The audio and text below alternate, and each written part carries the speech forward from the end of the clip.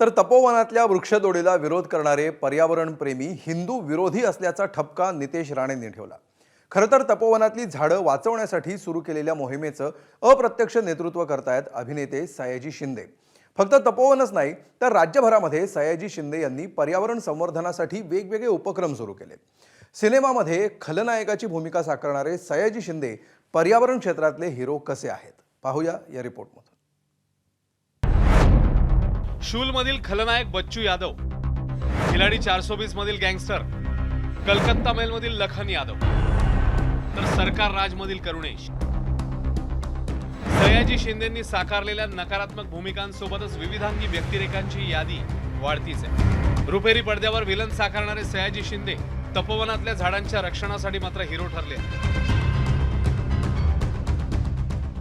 उजाड माळरानावरती खड्डे आता केले जात आहेत।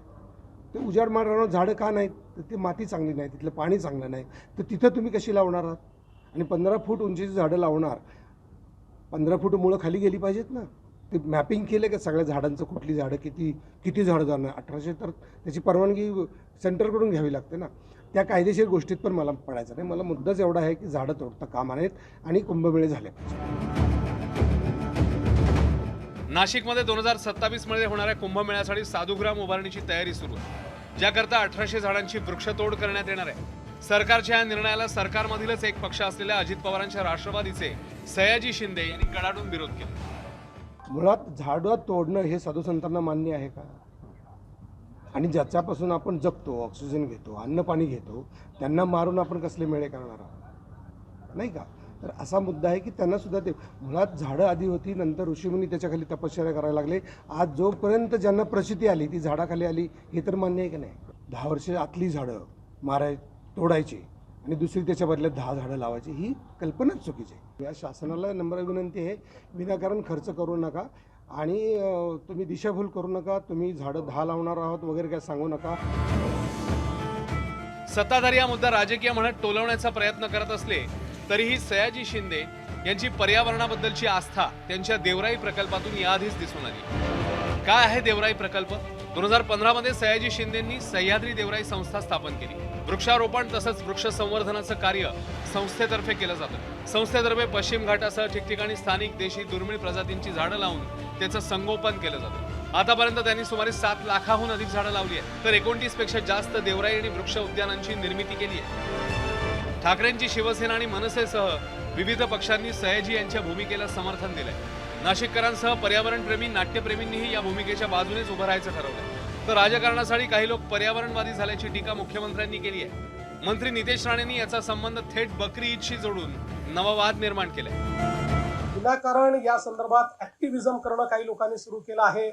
काही लोक पर्यावरणवादी बनलेले आहेत, म्हणजे पर्यावरणवादी जे असतील त्यांच्याबद्दल मला फार त्यांच्याबद्दल आदर आहे, पण काही लोक राजकीय कारणाने देखील पर्यावरणवादी बनलेले आहेत।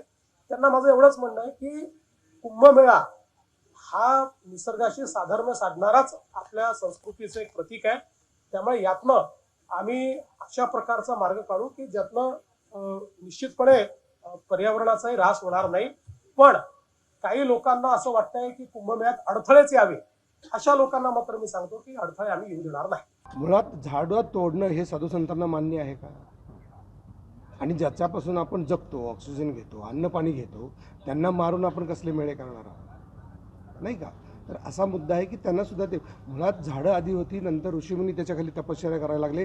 आज जोपर्यंत ज्यांना प्रचिती आली ती झाडाखाली आली, हे तर मान्य आहे की नाही?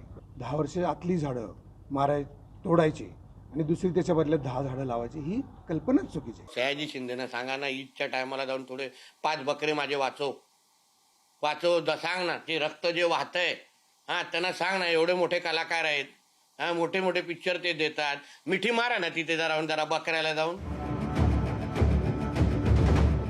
नाशिकसह विविध महापालिका निवडणुका तोंडावर आहेत। साहजिकच राजकीय आरोप प्रत्यारोपांच्या फांद्या आता आणखी फोफावतील। पण नाशिकच्या तपोवनातील वृक्षतोड हा मुद्दा राजकीय नसून सामाजिक आहे। सयाजी शिंदे कळकळीने हा प्रश्न लावून धरतायत, तेव्हा याकडे अधिक व्यापक दृष्टिकोन ठेवून सत्ताधारी पाहतील अशी अपेक्षा आहे। ब्युरो रिपोर्ट, एबीपी माझा। एबीपी माझा, उघडा डोळे बघा नीट।